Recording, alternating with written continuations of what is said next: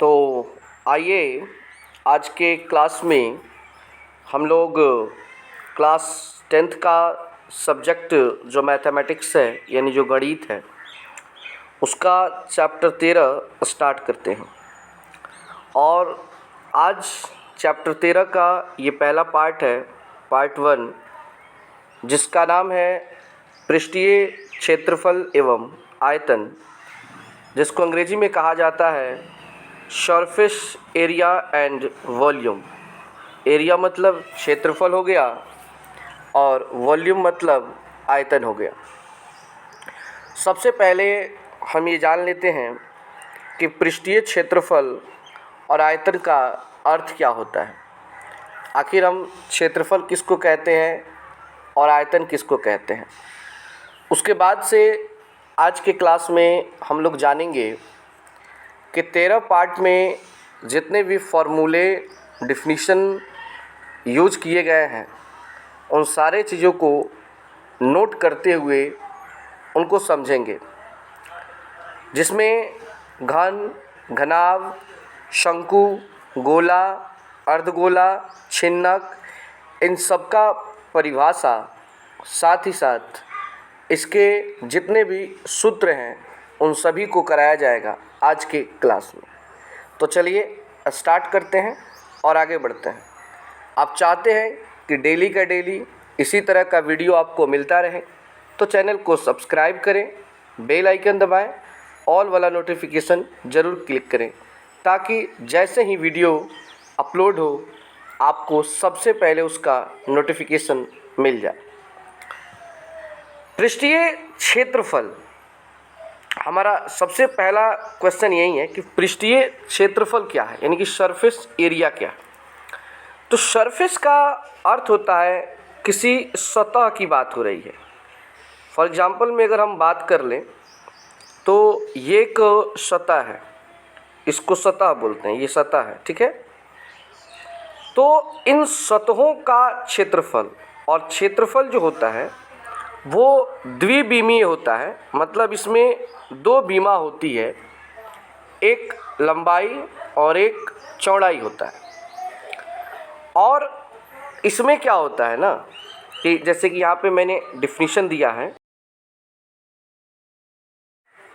तो चलिए सबसे पहले हम इसका डिफिनीशन देख लेते हैं कि पृष्ठीय क्षेत्रफल का डिफिनीशन क्या होता है और उसके पिक्चर के माध्यम से इसको समझने का प्रयास करते हैं। किसी त्रिविमीय वस्तु का, देखिए यहाँ पे लिखा है त्रिविमीय वस्तु, यानी कि जिसमें तीन बीमाएं हैं, लंबाई हो, चौड़ाई हो, ऊंचाई हो, तीनों हो सकता है। पृष्ठीय क्षेत्रफल कुल क्षेत्रफल का माप होता है, यानी कि कोई भी आकृति हो, चाहे वो कोई वृत्त हो, चाहे कोई वर्ग हो, चाहे कोई आयत हो, घन हो, घनाभ हो, कोई भी आकृति हो, सभी आकृतियों का जो कुल क्षेत्रफल होता है, यानी कुल उनका जो एरिया होता है, वो उस वस्तु की सतह पर होता है, ठीक है ना। और इसी सतह को हम लोग पृष्ठीय क्षेत्रफल कहते हैं। मतलब सिंपल भाषा में आप लोग समझ सकते हैं कि किसी भी वस्तु का लंबाई और चौड़ाई का गुणनफल अगर दोनों को गुणा कर दें तो लगभग उसका वो एरिया होता है, उसका वो क्षेत्रफल होता है। जैसे कि यहाँ पे आप देख रहे हैं एक पिक्चर बना हुआ है कि यहाँ से एक सतह ये लिया गया है, ये सतह लिया गया है, एक यहाँ से सतह लिया गया है, तीन सतह लिए गए हैं और इसी को क्या कहा गया है, पृष्ठीय क्षेत्रफल कहा गया। अब हम बात करते हैं आयतन की। अगर हम आयतन की बात करें तो कहा जाएगा कि किसी त्रिविमीय वस्तु द्वारा घेरे गए स्थान को उस वस्तु का आयतन कहते हैं। जैसे कि आप अभी जहाँ पर बैठे हैं तो आप कुछ न कुछ तो स्थान घेरे ही होंगे। आपका जो मोबाइल है या लैपटॉप है, जिससे भी आप देख रहे हैं, वो कंपोनेंट भी कुछ न कुछ जगह तो घेरा ही होगा। तो त्रिविमीय वस्तु द्वारा या किसी भी वस्तु द्वारा जो स्थान छेका जाता है ना, वो उसका आयतन होता है। जो भी स्थान छेक लेगा उसका वो आयतन होगा। जैसे कि यहाँ पे आप एक पिक्चर देख रहे हैं तो ये आकृति क्या कर रही है, इतना जगह छेकी हुई है, तो वो उसका क्या है, तो वो उसका आयतन है। तो ये सिंपल भाषा में अब आपको मैं बता देता हूँ कि आयतन और क्षेत्रफल आप कैसे बोल सकते हैं। आप कहिएगा कि जिसमें लंबाई और चौड़ाई मेन हो, माने सबसे आगे हो, वो क्षेत्रफल होता है, और जिसमें लंबाई चौड़ाई और ऊंचाई ये मेन हो, उसको हम लोग आयतन बोलते हैं। सिंपल भाषा में इतना बोल सकते हैं। तो उम्मीद है कि इसे समझ गए होंगे। अब चलिए हम कुछ महत्वपूर्ण परिभाषाओं की ओर बढ़ते हैं, जिसमें हम लोग जानेंगे सबसे पहले घन के बारे में, फिर घनाभ, बेलन, शंकु, छिन्नक, गोला, अर्धगोला, इन सारे चीज़ों से रिलेटेड जो भी फॉर्मूले हैं, जो भी डिफिनीशन है, उन सबको हम लोग समझेंगे। जिसमें सबसे पहला हमारा आता है, उसका नाम है घन, जिसको अंग्रेजी में हम लोग कहते हैं क्यूब। अंग्रेजी में इसको क्या बोलते हैं, तो इसको हम लोग क्यूब कहते हैं। जैसे आप लोग पढ़ते हैं ना कि a+b का होल स्क्वायर, तो स्क्वायर का हिंदी क्या होता है, वर्ग होता है। और उसी तरह a+b का होल क्यूब, तो क्यूब को कहा जाता है घन, ठीक है ना। तो इसका जब हम परिभाषा देंगे तो हम कहेंगे कि दो वर्गों से मिलकर, कितने वर्गों से मिलकर, दो वर्गों से मिलकर बनी आकृति को घन कहते हैं। नीचे आप पिक्चर देख रहे हैं, ये एक घन है। अगर आपको घन बनाना नहीं आता है तो आइए मैं आपको बता देता हूँ कि घन कैसे बनाया जाता है। इस चित्र को आप लोग ध्यान से देखिएगा। सबसे पहले आपको एक वर्ग बनाना है। मैंने कहा कि दो वर्गों को मिला करके एक घन बनता है, तो एक वर्ग हमारा ये हो गया और एक वर्ग हम फिर से बना लेते हैं, ध्यान से देखिएगा। और इसके बाद से हमें क्या करना है कि इसके कोने वाले पॉइंट को मिला देना है। समझ रहे हैं बात को, कोना वाला जो पॉइंट है उसको क्या करना है कि सीधा सीधा एकदम बिल्कुल सीधा सीधा इंच रख करके इसको मिला देना है। इस पॉइंट को यहाँ से मिला देंगे, फिर यहाँ से इसको मिला देंगे और इसको यहाँ से, तो ये आपका बन गया घन, ये है घन। तो यहाँ पे आप क्या देख रहे हैं कि दो वर्गों की यहाँ पे आवश्यकता हुई है, तो दो वर्गों के मिल करके जो आकृति बन रही है वही कहलाता है घन। अब आइए इससे रिलेटेड जो भी फॉर्मूले हैं उनको हम लोग देख लेते हैं कि क्या है इनके फॉर्मूले। यहाँ पे आप देख रहे हैं, पहला हमारा फॉर्मूला है वो है घन का आयतन, कि घन का आयतन क्या होता है। जब हम लोग कल से क्लास में, अगला क्लास में मतलब पार्ट 2 में क्वेश्चन कराना शुरू करेंगे तो उसमें ये सारे फॉर्मूले की आवश्यकता बारी बारी से पड़ेगी। तो फॉर्मूला सबसे मेन है इस चैप्टर के लिए। आपके ऑब्जेक्टिव में भी बहुत सारे क्वेश्चन फॉर्मूले के होते हैं, जैसे तो उसमें आपको फॉर्मूला 4 को दिया जाएगा, लेकिन आपको एग्जैक्ट फॉर्मूला याद होना चाहिए। तो यहाँ पे हम कहेंगे भुजा गुणे भुजा गुणे भुजा, अर्थात भुजा क्यूब।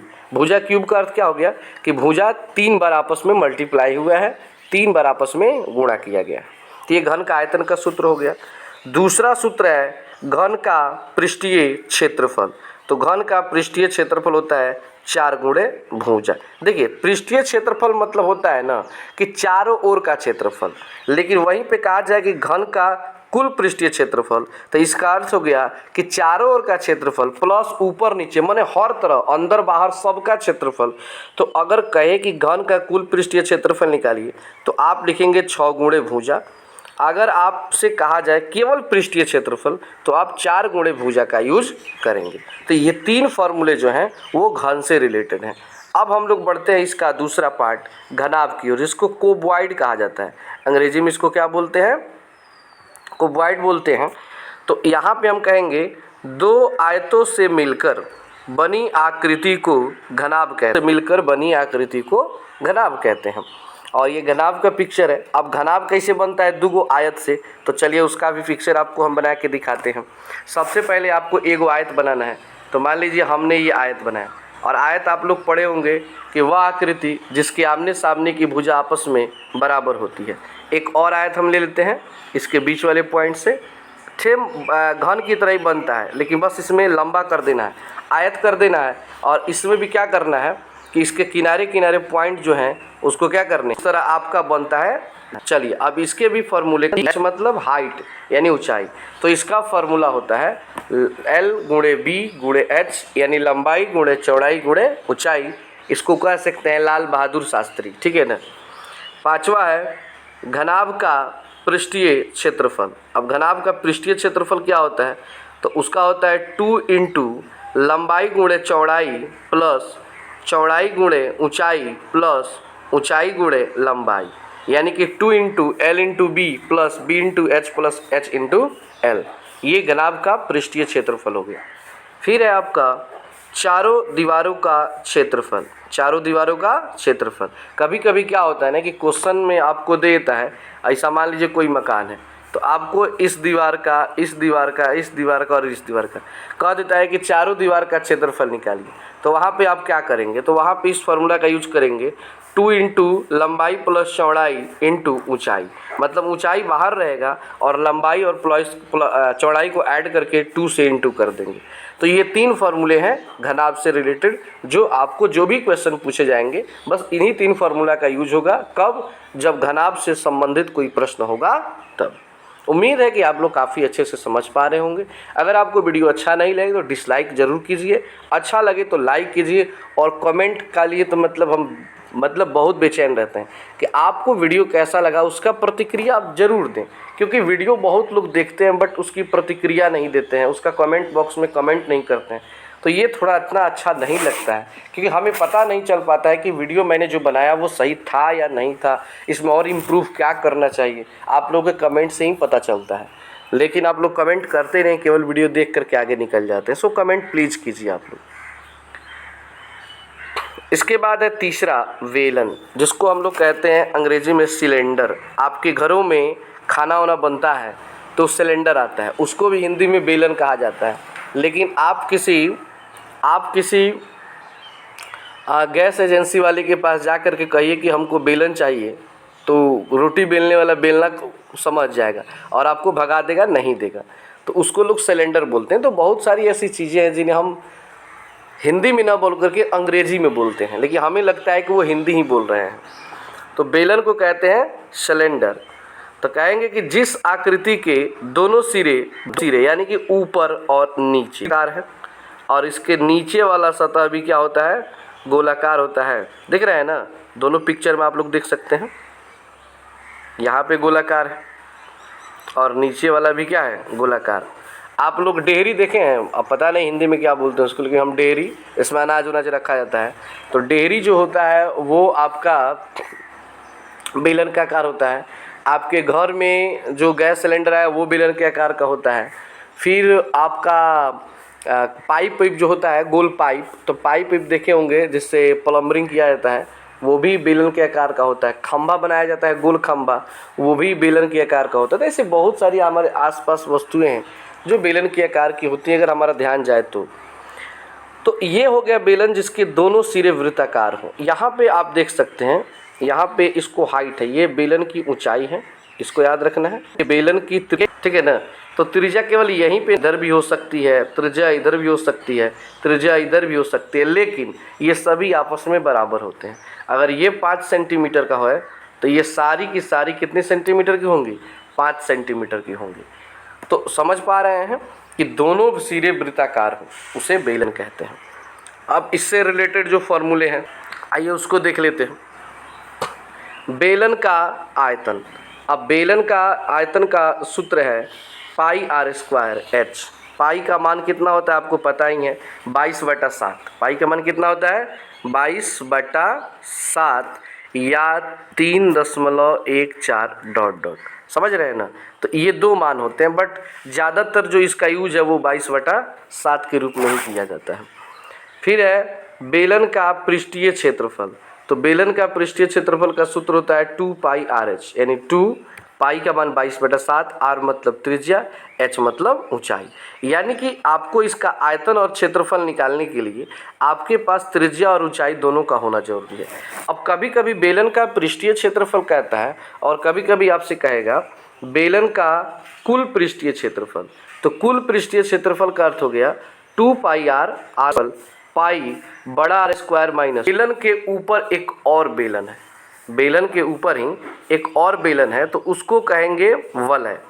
और कोई भी आकृति जब एक के ऊपर एक 2 हो ना तो उसको वलय कहा जाता है। फॉर एग्जांपल जैसे मान लीजिए वृत्त है, देख रहे हैं ये अंग्रेजी में, ठीक है ना। अब उसी तरह आप चाहेंगे तो बेलन का बना सकते हैं। जैसे ये बेलन का हो गया, मान लीजिए आपका ऊपर वृत्ताकार, नीचे वृत्ताकार, और एक और बेलन बना दिया जाए। बेलन के ऊपर ही एक और बेलन बना दिया जाए, समझिएगा बात को। बेलन के ऊपर एक और बेलन बना दिया जाए तो इसको कहा जाएगा बेलन का वलय। तो वलय किसी भी आकृति का हो सकता है, लेकिन जब वलय बेलन में हो तो वहाँ पे पाई बाहर रहेगा, यानी पाई का मान, और बड़ा आर और छोटा आर। तो बड़े आर के स्क्वायर में से छोटे आर के स्क्वायर को माइनस कर देंगे। अब बड़ा आर क्या होता है, छोटा आर क्या होता है, तो इसको भी थोड़ा समझ लीजिए। जैसे कि मान लीजिए ये वृत्त है और एक वृत्त इसका ऐसे है, इसको संकेंद्रीय वृत्त भी बोलते हैं। तो यहाँ पे ये इसका केंद्र है, तो केंद्र छोटे वृत्त का ये त्रिज्या जो अंदर वाला होगा ये आर होगा, लेकिन बड़े वृत्त की जो त्रिज्या होगा वो क्या होगा, बड़ा आर होगा। समझ रहे हैं ना। तो बड़े वृत्त की त्रिज्या को बड़ा आर और छोटे वृत्त की त्रिज्या को छोटा आर कहते हैं। तो आई होप कि आप लोग काफ़ी समझ रहे हैं इस चीज़ को। चलिए आगे बढ़ते हैं और फिर जानते हैं चौथा, शंकु के बारे में। शंकु ये बताता है कि जिस आकृति का एक छोर वृत्ताकार तथा दूसरा छोर नुकीला हो उसे शंकु कहते हैं। आप देख लीजिए, इसका एक छोर जो है वो ये क्या है, वो वृत्ताकार है, ऊपर भी हो सकता है नीचे भी हो सकता है, और एक छोर क्या है, नुकीला है, मतलब एकदम पतला है, तो इसको कहेंगे शंकु। जैसे कि आपने देखा होगा आइसक्रीम आप लोग खाए होंगे, तो आइसक्रीम का जो ठुंगवा होता है जिसमें मलैया डाल के दिया जाता है, तो आइसक्रीम जो होता है वो शंकु के आकार का होता है। कहीं पर ट्रक से बालू को गिरते हुए आप देखिएगा, चाहे ट्रैक्टर टाली किसी से भी, तो बालू नीचे फैल जाता है, ऊपर पतला हो जाता है, तो वो भी शंकु के आकार है। मंदिर का गुंबज आप लोगों ने देखा होगा, नीचे से गोलाकार होगा, ऊपर पतला हो जाएगा, वो भी शंकु के आकार का है। तो ऐसी बहुत सारी आकृतियाँ आपको मिल जाएंगी जो शंकु के आकार की होती हैं। होली में भी अक्सर लोग जोकर वाला टोपी लगा लेते हैं, वो भी शंकु के आकार का होता है। अब आइए इसके जो सूत्र हैं उसको जानते हैं। पहला सूत्र इसका है शंकु का आयतन। तो शंकु का आयतन का सूत्र है 1/3 pi r square h, 1/3 pi r square h. फिर है शंकु का पृष्ठीय क्षेत्रफल, तो वो है पाई आर एल। तो पाई आर तो समझ रहे हैं, पाई का मान 22/7, आर त्रिज्या है, लेकिन एल क्या है, तो ये है तिर्यक ऊंचाई, इसको कहते हैं तिर्यक ऊंचाई या तिरछी ऊंचाई। और इसका सूत्र भी यहाँ पे दिया गया है कि एल स्क्वायर, अगर एल निकालना हो तो आर स्क्वायर और एच स्क्वायर को जोड़ देते हैं, मतलब कि आर का स्क्वायर करेंगे, एच का स्क्वायर करेंगे तो एल स्क्वायर निकल जाएगा। समझ रहे हैं। तो इसका भी फार्मूला जब यूज होगा सवाल बनाने में तो ये आपको काफ़ी अच्छे से समझ में आ जाएगा। फिर है शंकु का कुल पृष्ठीय क्षेत्रफल, तो वो सूत्र होता है पाई आर आर प्लस एल, यानी पाई आर बाहर रहेगा और फिर से आर प्लस एल अंदर रहेगा। उसी तरह एल का सूत्र आपने जाना कि ऐसे निकालेंगे। मान लीजिए कि अगर आपको आर निकालना हो, त्रिज्या निकालना हो और तिर्यक ऊंचाई और ऊंचाई दिया हो तो ऐसे निकाल सकते हैं। ऊंचाई निकालना हो, तिर्यक ऊंचाई और त्रिज्या दिया हो तो ऐसे निकाल सकते हैं। तो यहाँ पे तीनों का मैंने फार्मूला लिख दिया है कि जिसको तीनों में से किसी को भी पूछे तो जिसको पूछ रहा है उस फार्मूले का यूज करके आप सवाल को सॉल्व कर सकते हैं। आगे है 5 नंबर पे गोला। अब हम लोग चलिए गोला के बारे में समझते हैं। गोला को अंग्रेजी में हम लोग कहते हैं स्फीयर, ठीक है। इसकी आकृति हम देखेंगे, पहले इसका डिफिनीशन देखते हैं क्या है। एक ऐसी त्रिआयामी आकृति जिसमें सतह का प्रत्येक बिंदु एक स्थिर बिंदु से समान दूरी पर होता है, तो यह आकृति गोला कहलाती है। पिक्चर से समझिएगा, मतलब कहने का अर्थ है कि एक गोल आकृति हो और इसका एक केंद्र है, उस केंद्र से जिधर भी लाइनिंग खींचें सबकी जो दूरी है वो दूरी आपस में क्या होनी चाहिए, बराबर होनी चाहिए। तो इसको हम लोग क्या कहेंगे, गोला कहेंगे। समझ रहे हैं बात को, इसको हम लोग गोला कहेंगे। फिर दिया है कि स्थिर बिंदु को गोले का केंद्र, यानी कि जो ये पॉइंट जो नहीं हट रहा है यहाँ पे है तो वो गोला है, गोले का केंद्र है, तथा स्थिर बिंदु से गोले की सतह तक की दूरी गोले की त्रिज्या कहलाती है। यानी कि ये हमारा जो पॉइंट है ये है केंद्र, और केंद्र से ले करके हम इसके परिधि तक यानी कहीं भी खींचते हैं ये लाइनिंग तो ये कहलाता है इसकी त्रिज्या। क्या कहलाएगी? और सभी त्रिज्याएं आपस में क्या होंगी? बराबर होंगी, क्योंकि त्रिज्याएं कभी कम बेश नहीं होती हैं। तो ये है गोला। ठीक है। अब गोला के बारे में आप लोग देख सकते हो, गेंद उंद खेलते हैं ना, तो गेंद जो होता है गोले का मतलब सीधे वृत्ताकार आकृति समझ लीजिए, बट वृत्त से थोड़ा सा भिन्न होता है।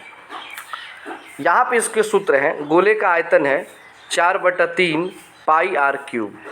फिर है गोले का पृष्ठीय क्षेत्रफल। तो गोले का पृष्ठीय क्षेत्रफल होता है 4 पाई r स्क्वायर, 4 पाई r स्क्वायर। यानी कि वृत्त का सूत्र क्षेत्रफल होता है पाई r स्क्वायर, लेकिन इसका होता है 4 पाई r स्क्वायर। देखिए अंतर है दोनों में, 4 गुना बड़ा होता है, वृत्त से 4 गुना बड़ा होता है। अर्धगोले का आयतन 2/3 पाई r क्यूब, क्योंकि देखिए गोला है 4/3 है, तो इसका 4 का आधा क्या होता है? 2/3।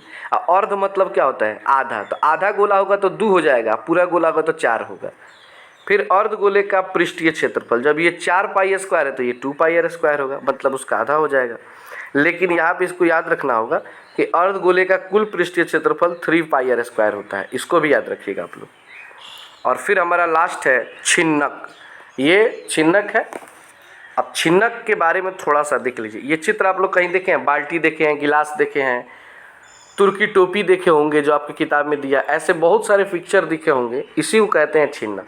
मतलब है तो शंकु, एक टाइप से है शंकु, लेकिन ऊपर से वो जो नुकीला है उसको काट करके गोल बना दिया गया। यानी कि इसका ऊपर और नीचे दोनों गोलाकार होता है, लेकिन एक साइड बड़ा होता है और एक साइड छोटा होता है।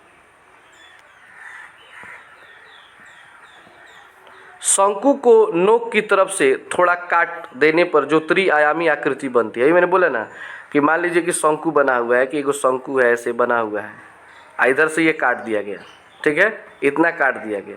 तो इतना जब काट देंगे तो फिर से आपकी आकृति बन जाएगी ऐसे, यानी छिन्नक यही है, उसे हम शंकु का छिन्नक कहते हैं।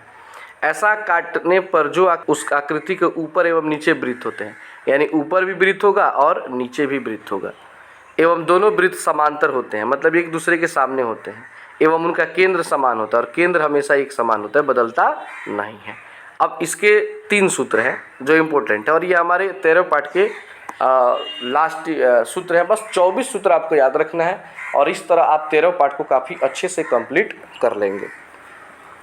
जिसमें सबसे पहला सूत्र है छिन्नक का आयतन। तो छिन्नक का आयतन है 1/3 पाई h, ये बाहर रहेगा, और कोष्ठ के अंदर r1 स्क्वायर। अब r1 क्या है? तो पहली त्रिज्या, जैसे 2 वृत्त हैं तो 2 त्रिज्या है, पहला छोटा एक है r1 यानी पहली त्रिज्या, r2 दूसरा त्रिज्या, तो r2 square plus r1 into r2। जब सवाल बनाएंगे तो ये पूरा क्लियर हो जाएगा।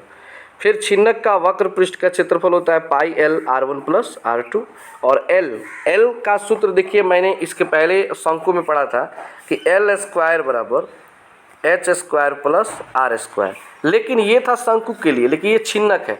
जब छिन्नक के लिए l निकालना होगा तो ये सूत्र r1 माइनस r2 का whole square plus h square, इस फॉर्मूले का हमें यूज़ करना होगा, तब जाकर के हम सवाल का आंसर निकाल सकते हैं। तो उम्मीद है कि आप लोग काफ़ी इसे अच्छे से समझ गए होंगे। अगर आप चाहते हैं कि इसका PDF आपको मिल जाए, आप इसमें से नोट करना चाहते हैं तो नोट कर सकते हैं। अगर आप चाहते हैं कि इसका PDF मिल जाए तो आप डिस्क्रिप्शन बॉक्स में जाइए और वहाँ से टेलीग्राम को ज्वाइन कर लीजिए, वहाँ पे इसका PDF डाल दिया गया। Thanks for watching this video, और फिर मिलते हैं एक नए वीडियो में।